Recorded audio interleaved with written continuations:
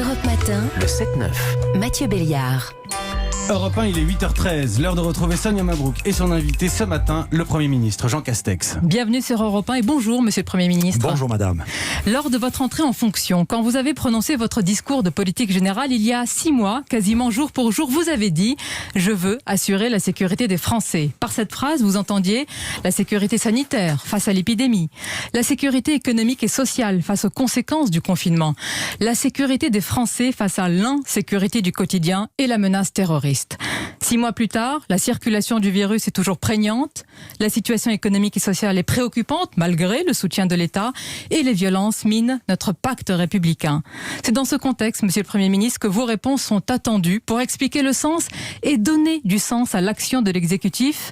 Et pour commencer, cette annonce hier soir du président de la République d'un référendum afin d'inscrire la défense du climat dans la Constitution. Pourquoi ce choix d'un référendum ? Je crois que c'est l'illustration d'une formidable innovation politique face à laquelle nous nous trouvons. Vous voyez, quel est le sujet ? Le sujet, c'est un sujet planétaire. La transition écologique. C'est un défi majeur pour tous les pays, pour la France en particulier, qui a fait le choix d'être aux avant-postes dans ce domaine. Souvenez-vous, la signature à Paris de la Convention sur le climat, avec le retour des États-Unis annoncé. C'est une formidable perspective. Bon. Nous voulons le faire, vous faisiez allusion à ma déclaration de politique générale, avec notre méthode, c'est-à-dire une écologie ouverte, une écologie qui ne soit pas punitive, une écologie généreuse, une écologie qui transforme, une écologie qui entraîne. Alors, le président de la République, il a fait appel à 150 citoyens. Oui. C'est totalement innovant, madame. Ils ont fait des propositions fortes que nous allons écouter, dont nous allons collectivement débattre. Ça, c'est déjà nouveau. Ensuite, la démocratie représentative, le Parlement va reprendre ses droits. C'est normal, c'est tout à fait normal. Il va examiner un projet de loi qui sera issu des propositions des citoyens, il va en débattre, il votera, et puis, nous avons souhaité que sur ces sujets majeurs, le président de la République a voulu que le peuple souverain se prononce. Vous voyez cette innovation, des nouvelles techniques de démocratie sur un sujet majeur donne la parole aux Français dans toutes leurs composantes. Mais on connaît l'histoire des référendums en France. Il peut se transformer en pour ou contre Emmanuel Macron. Vous assumez ce risque ?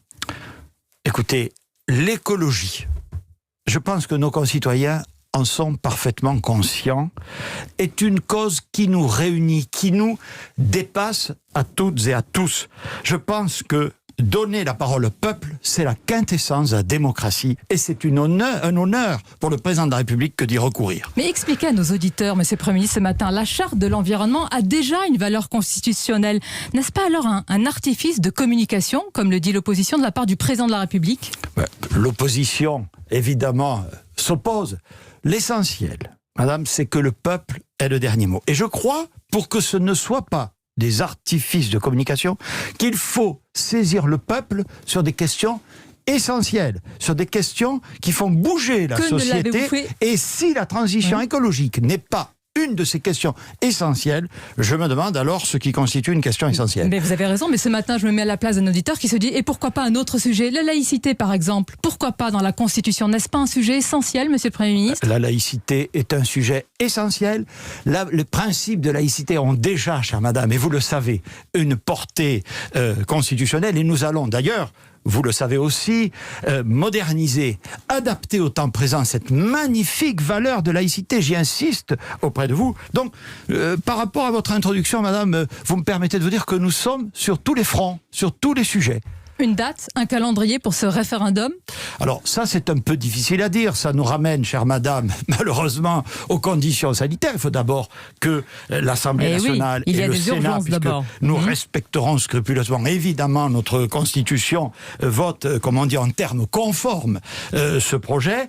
Et ensuite, voilà, la semaine prochaine, madame, la semaine prochaine, je le dis pour vos auditrices et vos auditeurs, nous allons adopter un projet de loi sur la base d'un rapport fait par monsieur Debré, visant à reporter les élections cantonales et régionales parce qu'elles ne peuvent pas se tenir en raison du contexte sanitaire. Donc évidemment, c'est ce contexte sanitaire qui déterminera l'échéance du référendum. Évidemment, avant la fin du quinquennat. Si possible, bien entendu. On en vient, Monsieur le Premier ministre, à la crise sanitaire. Alors sur le fondement même de vos arbitrages face à l'épidémie, pourquoi est-ce qu'il n'y a pas une grande étude scientifique rigoureuse française sur les principaux lieux de contamination dans notre pays ? Alors d'abord, on dispose d'études scientifiques internationales sur lesquelles on peut se référer. Oui, mais enfin, le virus est à peu près le même partout. Ces études sont engagées. Une va être publiée, je crois, cette semaine, sous l'autorité du professeur Fontanet, et qui confirme d'ailleurs des éléments issus des études internationales. Donc on va disposer d'une étude nationale. Surtout, vous l'avez vu, pour la compléter, nous avons engagé dans 4 métropoles des opérations de tests importantes, massives, dis donc, 2 avant Noël, 2 après Noël, qui ont déjà commencé d'ailleurs, et dont l'un des objectifs est précisément de mieux connaître l'épidémie, dans quel quartier elle va, quelle catégorie de population touche-t-elle, etc. Sur la grande étude, pourquoi parce que pour faire accepter des mesures, il faut qu'elles soient comprises. Si vous aviez publié cette étude, cette grande étude, ça fait 1 an que le virus circule. Pourquoi il n'y a pas cette étude ? Madame, encore une fois, nous avons des éléments scientifiques. Le virus n'est pas différent aux États-Unis, en Allemagne. Il y a des modes de vie différents. Les lieux de contamination sont connus. Et vous verrez d'ailleurs. Ils sont connus. Et vous verrez d'ailleurs. Je dispose des pré-éléments de l'étude du professeur Fontanet. Elle confirme la littérature scientifique internationale. Est-ce qu'elle confirme vos arbitrages ? Est-ce que cette étude confirme vos arbitrages et vos choix pour la fermeture ? Oui. Oui, madame. Oui, bien sûr. Donc elle indique que les principaux lieux de contamination sont les lieux privés. Ah, d'accord. D'abord, on a toujours dit ça, bien entendu. Les restaurants et les cafés, évidemment. C'est-à-dire, en fait, pardonnez-moi, il peut arriver que la science rejoigne le bon sens. C'est-à-dire les lieux où vous ne pouvez pas garder votre masque, les lieux qui sont plutôt clos, couverts, les lieux où vous restez un temps assez long ensemble, des lieux où les interactions sont plus fortes qu'ailleurs. Voilà. Donc vous avez les salles de sport, vous avez les discothèques. Ces éléments seront publiés et connus du grand public et confirmeront, si je vous entends bien, vos arbitrages et vos décisions. Absolument. Ce mardi 15 décembre, les lieux culturels qui doivent garder porte close s'estiment injustement punis et même, le mot est employé, méprisés par le gouvernement. N'y avait-il pas d'autres alternatives ? Alors, il n'y avait pas d'autre alternative, chère madame, sinon je n'aurais pas pris ces décisions, soyez-en assurés. Et si je les prends, que ce soit dit pour ce secteur comme pour tous les autres, c'est parce que nous estimons, notre âme et conscience, qu'elles sont nécessaires pour des raisons de sécurité, pour des raisons de protection des Françaises et Français. Il n'y a, ni pour le monde culturel, ni pour aucun acteur professionnel, aucun Français, la moindre marque de mépris. Je voudrais vous dire, madame, très honnêtement, que c'est pour moi une grande source de difficulté, parfois de souffrance, de prendre ces mesures. Je connais mes concitoyens. Le monde de la culture, chère madame, le monde de la culture, arrêtons-nous une minute. C'est l'âme d'un pays. C'est l'âme d'un pays. C'est l'identité de la France. Absolument. C'est pas un secteur comme un autre. Absolument. Et d'ailleurs, nous revendiquons, vous le savez, l'exception culturelle. Mais l'exception culturelle, ça n'est pas l'exception sanitaire. Vous savez, le monde de la culture, les acteurs du spectacle vivant, du cinéma, avec Roselyne Bachelot, je veux rendre un hommage particulier à la culture. Vous avez besoin de lui rendre un hommage, elle est fragilisée en ce moment. Elle n'est pas fragilisée, Roselyne, elle se bat comme une lionne pour le secteur culturel.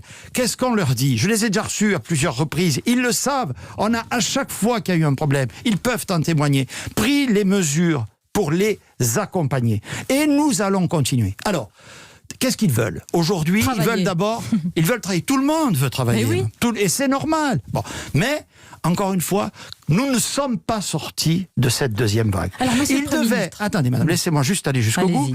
Nous avions planifié, en fonction de l'évolution de l'épidémie, un retour progressif vers l'ouverture de beaucoup d'établissements et de lieux. L'étape devait avoir lieu aujourd'hui, chère madame, je pense d'ailleurs que c'est pour ça que vous m'avez invité, le 15 décembre. Il se trouve en France, comme partout en Europe, que ces résultats ne sont pas encore au rendez-vous. Donc on a encore besoin de faire des efforts. Donc on a décalé ces ouvertures. Citez-moi, madame, des pays en Europe où les théâtres, les cinémas, les lieux de culture sont ouverts. Monsieur le Premier ministre, ils ont pris des mesures encore plus strictes. Une question, expliquez à nos auditeurs. Et on entend ce que vous dites sur la culture qui est l'âme d'un pays. Expliquez-nous, où est la logique quand vous voyez des files d'attente et des grands magasins bondés bondés, alors que théâtre, musée, cinéma, qui respectent les protocoles restent fermés. C'est cela l'injustice qu'ils ressentent. Ce n'est pas, madame. Qu'ils ressentent, monsieur le Premier ministre. C'est une injustice que je peux comprendre. Nous avons rouvert les commerces le 28 novembre, avec des jauges très strictes négociées avec la profession. Et j'ai donné, ne généralisons pas, des instructions extrêmement fermes, vous avez cité les grandes surfaces, pour que le respect de ces jauges soit strictement assuré. Bon, donc, l'étape suivante, on a vu d'ailleurs un petit effet, madame, tous les commerces sont ouverts, vous avez raison, les indicateurs sanitaires s'amélioraient depuis début décembre, on stagne. Donc on ne peut pas en faire plus. On ne peut pas en faire plus. Par contre, je tiens à vous le dire, on va accompagner ce secteur culturel. On va accompagner ce secteur. D'ores et déjà, j'ai compris, ils ont dit à la ministre, vous savez, on a dû déprogrammer, on avait engagé des dépenses, on avait retenu des artistes, on avait commandé des œuvres, on ne pourra pas ouvrir. On va les indemniser. Quel montant, monsieur le Premier ministre ? D'ores et déjà, Cette rallonge de 35 millions d'euros une rallonge supplémentaires. de 35 millions sera accordée en plus au ministère de la Culture. Deuxièmement, nous allons préparer avec eux les conditions de l'avenir. On leur a fixé une clause de revoyure le 7 janvier.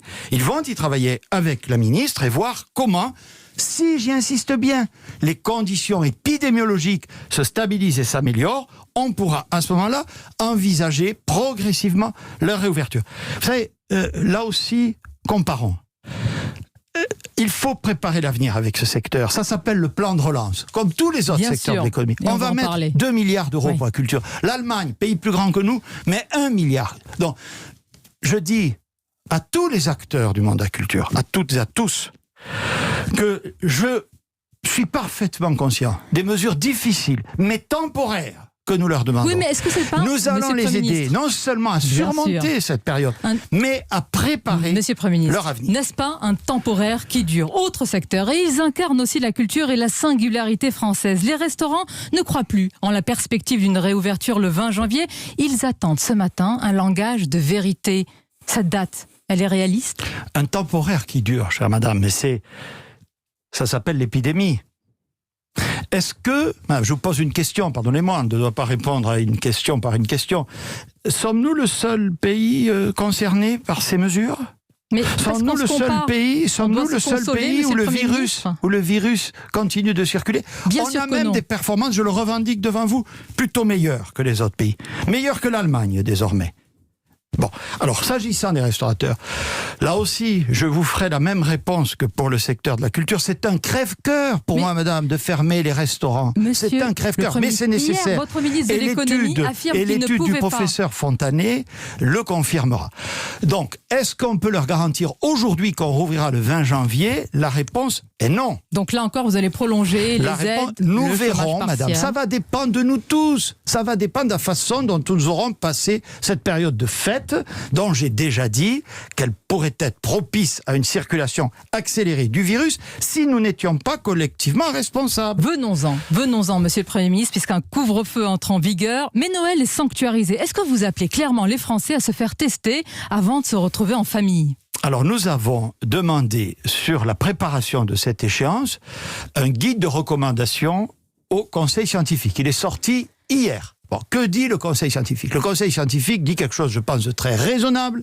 Il dit d'abord, si vous le pouvez, d'ailleurs c'est ce qui se pratique dans certains pays étrangers, dans beaucoup, auto-confinez-vous 8 jours avant Noël. Si vous le pouvez, ce n'est pas possible. Mais vous appuyez cette recommandation ? Bien entendu, à chaque fois que cela est possible, surtout si on doit recevoir à Noël des personnes vulnérables. Le Conseil scientifique, je veux dire qu'on l'appuie, a même dit, si vous pouvez ne pas amener vos enfants à l'école jeudi et vendredi, c'est la période de 8 jours, vous le faites. Mais monsieur le Premier ministre, vous êtes le chantre, vous voulez être le chantre du bon sens. Vous imaginez une telle recommandation ?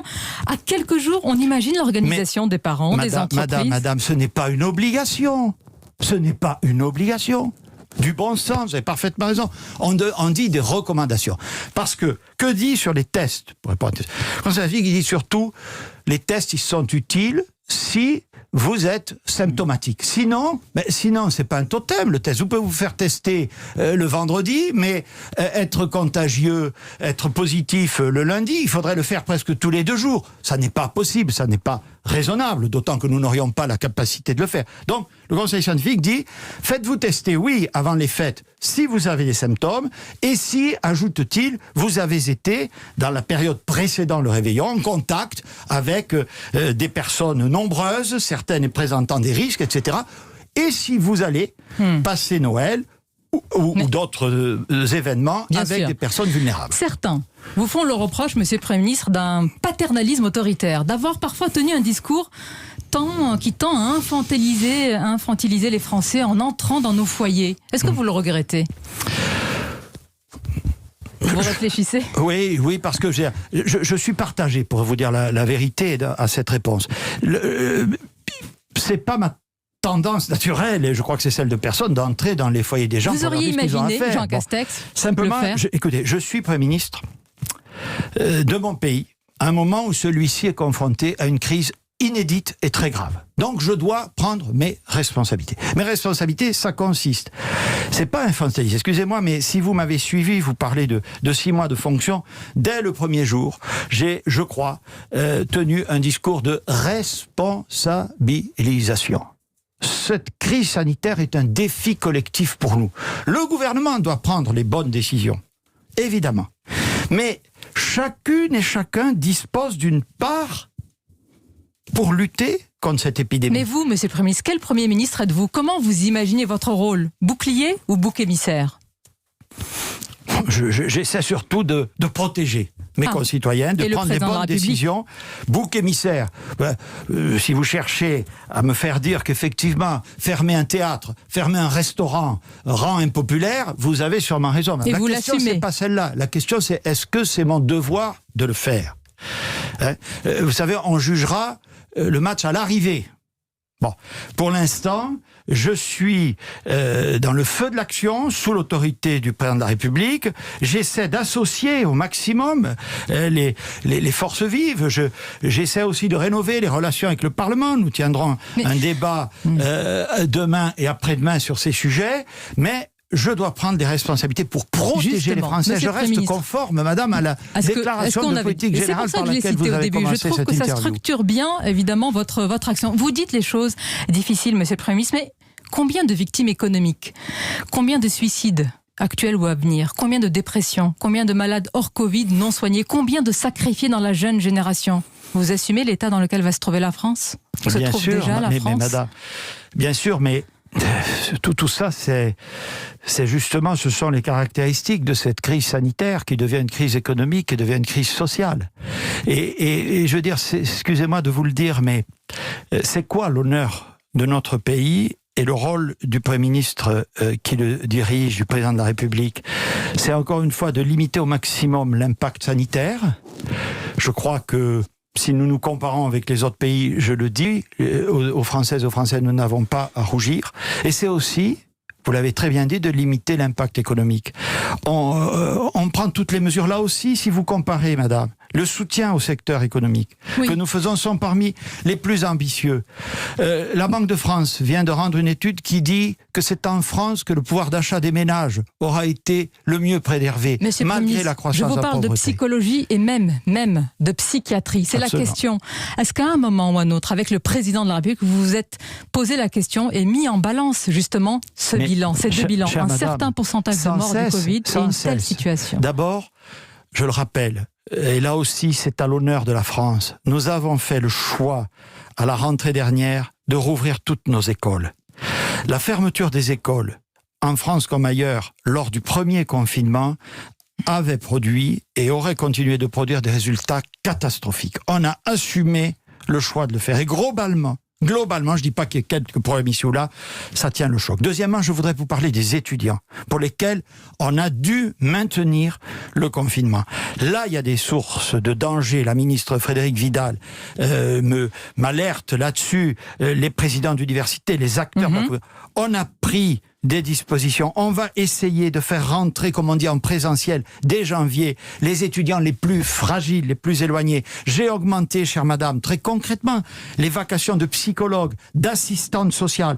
On a donné une somme aux étudiants un peu plus chevronnés pour s'occuper des étudiants en difficulté ou des étudiants décrocheurs. Tout ça, nous le faisons. Olivier Véran, autre ministre qui se bat sur tous les fronts. Qui se bat et qui freine parfois sur certaines décisions, monsieur le Premier ministre.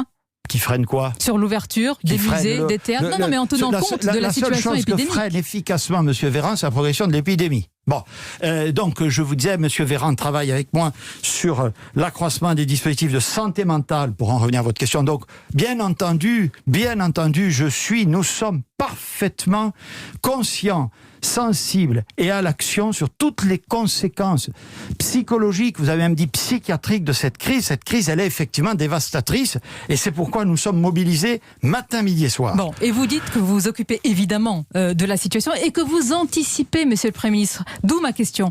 Qu'est-ce qui nous garantit qu'après, il faut bien le dire, le fiasco des masques et des tests, les vaccins ne seront pas le troisième fiasco? Mais ça, ce sont des formules, madame. Le fiasco des tests, vous avez dit, je peux répondre, je suis Premier ministre. La France est le pays qui a le plus testé d'Europe. Certes, il y a eu des moments, et ça peut revenir, où il y a eu des listes d'attente qui sont tout à fait regrettables. Vous avez raison. Mais, au total, j'insiste, nous devons nous améliorer sur les tests. Ça, je vous le dis tout de suite, et ça va être un des axes de la stratégie. Les vaccins. Les vaccins, nous nous préparons. J'ai expliqué déjà aux Françaises et aux Français. Nous avons une stratégie. Ces vaccins ont été achetés à l'initiative de la France au niveau européen pour faire diminuer les prix, pour augmenter nos chances d'obtenir toutes les doses qui sont nécessaires. Et nous allons débuter dès que les autorités sanitaires compétentes se seront prononcées pour diffuser les vaccins correspondants au début de l'année 2021. Nous avons une autorité qui s'appelle la Haute Autorité de Santé, autorité scientifique indépendante, qui nous dira les priorités des publics à vacciner. Le gouvernement s'occupe de tous les aspects logistiques et surtout, chère madame, nous devons, c'est ma préoccupation forte au moment où nous nous parlons, veiller à faire comprendre que toutes les précautions sont prises dans la plus grande transparence.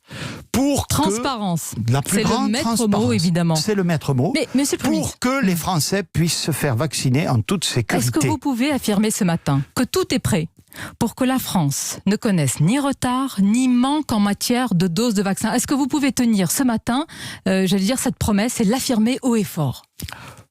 Je peux le dire à votre micro, chère madame. Nous dépendons évidemment des approvisionnements en vaccins qu'achète l'Europe, mais si tout se déroule comme nous l'avons contractuellement prévu, nous nous mettons en état de ne manquer ni de doses vaccinales, ni de logistique pour assurer leur diffusion selon les priorités fixées par la Haute Autorité en santé. Le retard du laboratoire Sanofi ne va pas venir peser sur notre situation et tout cela? Madame, nous avons au niveau européen passé des commandes avec d'autres laboratoires qui nous permettent de vacciner largement, de manière suffisante, la population française. Monsieur le Premier ministre, on a également envie de vous entendre ce matin sur un domaine éminemment régalien. Il y a la sécurité, et j'ai dit tout à l'heure ce que vous avez prononcé lors de votre discours de politique générale. C'est fort de dire « je veux assurer la sécurité des Français ». Les paroles du président de la République, reprenant, dans une réponse certes, l'expression « violence policière ». Ça fait des dégâts au sein de la police? La sécurité, chère madame, est et demeure la priorité du président de la République et du gouvernement. Les policiers, puisque vous parlez d'eux, auxquels je veux rendre hommage, sont les premières victimes des violences, de par la profession qu'ils exercent. Toutes les Françaises et tous les Français le savent. Et donc le devoir du gouvernement de la République est d'assurer la protection et les moyens de la police de la République.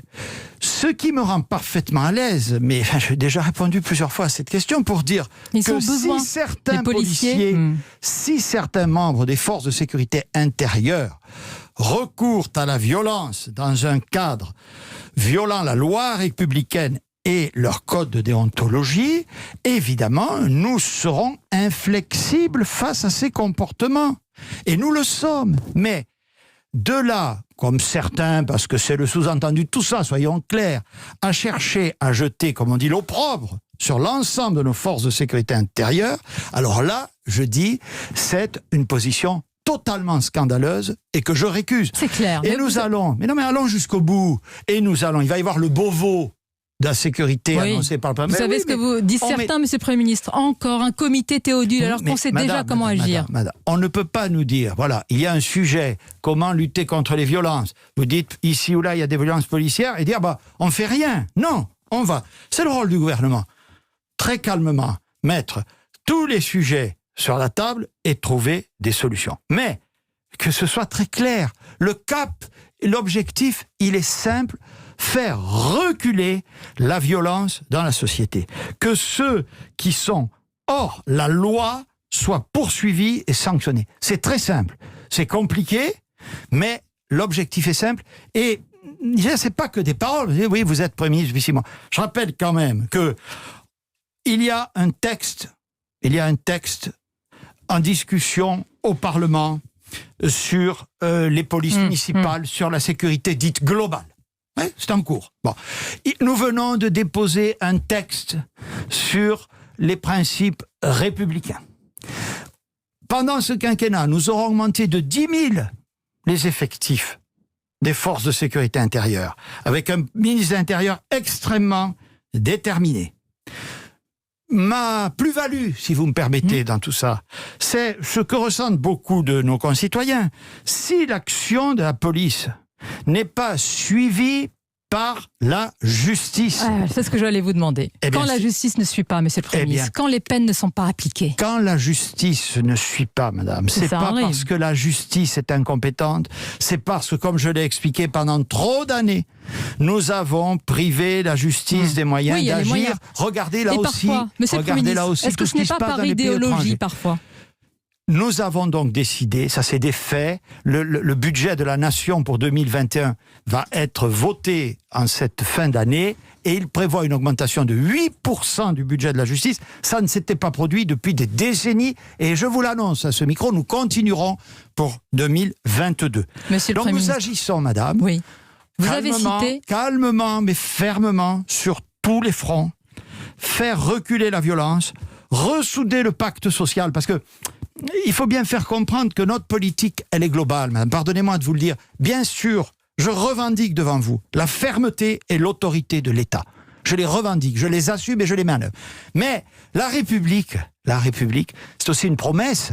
Mais c'est important. Alors attendez, Monsieur le Premier, c'est très important ce que vous dites. Vous dites, la République est une promesse. Sur le projet de loi confortant les principes républicains, la députée Aurore Berger travaille sur un amendement proposant l'interdiction du voile pour les fillettes.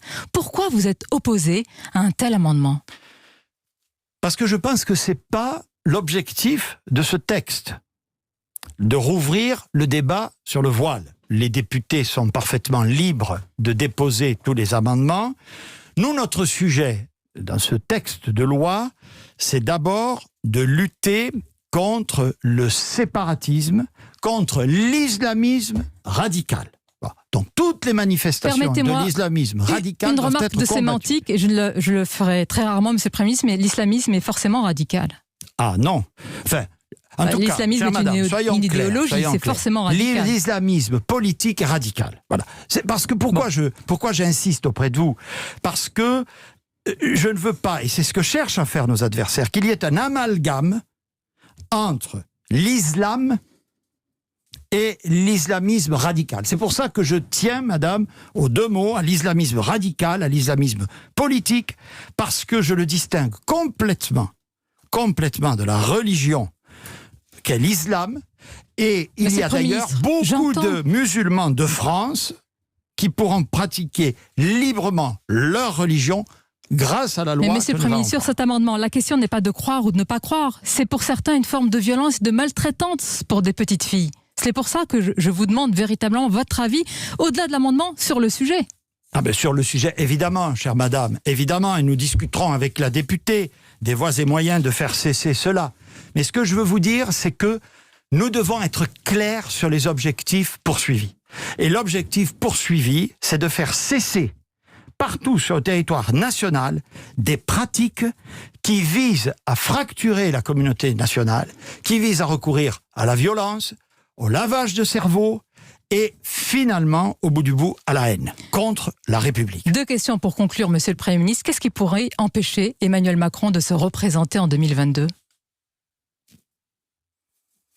Il a dit lui-même de prendre des textes difficiles, mais le président de la République, je le connais bien désormais, est un homme courageux, qui sait prendre les décisions qu'il faut. L'heure n'est peut-être pas, si vous me le permettez, de se prononcer sur qui sera candidat ou pas en 2022. Restons au temps présent, et moi je trouve que c'est un très bon président de la République dans les temps présents et peut-être dans les temps de demain. Bon, voilà la réponse. On va conclure puisque je vois que Nicolas Canteloup nous a rejoint dans ce studio, Monsieur le Premier ministre. Il y a une tradition, vous le savez évidemment, au bout de 6 mois d'exercice à Matignon, c'est de planter un arbre dans les jardins. Alors Édouard Philippe, je crois qu'il avait choisi un pommier normand, et vous, c'est un frêne. Oui, c'est un frêne. Pourquoi cet arbre ? De quoi il est le symbole à vos yeux ? C'est un frêne parce que c'est un arbre qui prospère dans mes Pyrénées-Orientales et voilà, dans le village qui est si cher à mon cœur, où j'ai rencontré ma femme. C'est un arbre vigoureux qui tient bien au feu. Vous voyez, oui. Ça peut être utile par les temps qui courent. Voilà, c'est un bel arbre. Le frêne, c'est un arbre vigoureux. N'est-ce pas ? Merci en tout cas, Monsieur le Premier ministre. Merci de nous avoir accordé cet entretien exceptionnel. Et en ce jour très particulier, évidemment, du 15 décembre, avec tous les changements à venir pour les Français. Merci à vous. Merci. Merci Sonia Mabrouk et bonjour Nicolas Canteloup. Oui, bonjour, Monsieur Béliard. Est-ce que j'ai une petite faveur à vous demander? Est-ce que je peux rester pendant le moment de Monsieur Canteloup? Avec très grand plaisir. Monsieur le Premier ministre, la revue de presse dans quelques secondes. À tout de suite.